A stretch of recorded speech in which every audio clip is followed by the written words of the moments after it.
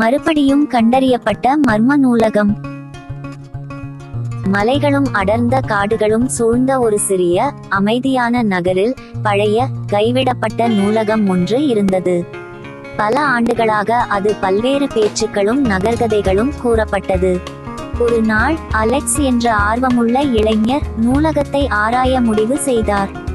ஒரு மின்விளக்குடன் தன்னுடைய சாகச உணர்வோடு அலெக்ஸ் கரகரப்பான கதவுகளை தள்ளி திறந்தார். நூலகத்தின் வளிமண்டலம் தூசிகளால் மூடப்பட்டிருந்தது. மேலும் மேடைகள் பட்டாம்பூச்சிகளாலும் தூசிகளாலும் மூடப்பட்டிருந்தன.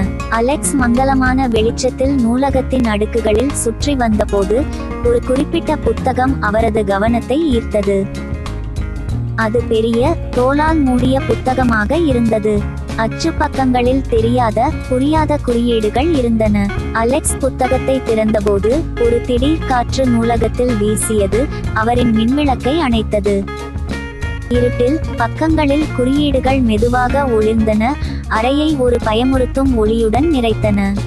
பக்கங்கள் தானாகவே திரும்பின. நகரத்தின் ஒரு வரைபடத்தை வெளிப்படுத்தின. காடு மையத்தில் ஒரு குறிப்பிட்ட குறியீடு இருந்தது.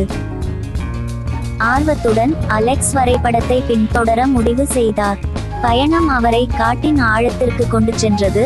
அங்கு அவர் ஒரு மறைந்த இடத்தை கண்டுபிடித்தார். அந்த இடத்தின் மையத்தில் ஒரு பழமையான கற்பலிபீடம் இருந்தது. புத்தகத்தை பலிபீடத்தில் வைத்தபோது அலெக்ஸ் அச்சமுடன் பார்த்தார். தரை நடுக்கத்துடன் மெதுவாக ஒரு மறைந்த கதவு திறக்கப்பட்டது.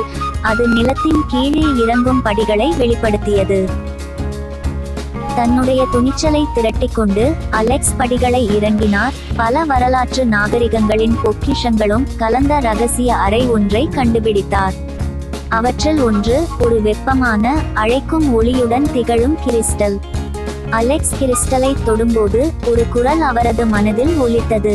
அந்த குரல் பண்டைய மர்மங்களை கண்டுபிடித்ததற்காக நன்றி தெரிவித்து இந்த அறிவு இனி மனித குலத்தின் நன்மைக்காக பயன்படுத்தப்படும் என்று சொன்னது.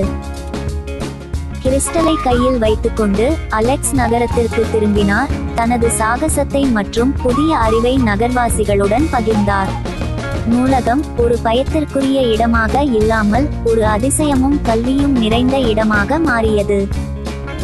அதனால் மர்ம நூலகத்தின் கதை பயத்தின் கதையாக அல்ல, ஆனால் சாகசம், கண்டுபிடிப்பு மற்றும் அறிவின் நிலைத்திருக்கும் சக்தியாக மீண்டும் எழுதப்பட்டது.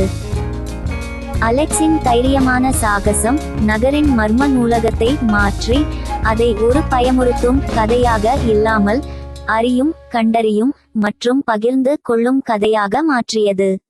இது நமக்கு திடுக்கிடும் உணர்வையும் புதிய நம்பிக்கை மற்றும் அறிவையும் அளிக்கிறது. ஒருவரின் ஆர்வம் மற்றும் துணிச்சல் எவ்வளவு பெரிய மாற்றத்தை கொண்டு வர முடியும் என்பதை இந்த கதை நமக்கு கற்றுக் கொடுக்கிறது. கதையின் நீதி: அறிவின் சக்தியும் சாகச உணர்வும் எப்போதும் நம்மை மறைந்த மர்மங்களை கண்டுபிடிக்கவும் உலகிற்கு புதிய வெளிச்சத்தை கொண்டு வரவும் வழிநடத்தும். Thanks for watching. For more delightful short stories, remember to subscribe to Smile Cartoon 001 and stay tuned for our next adventure.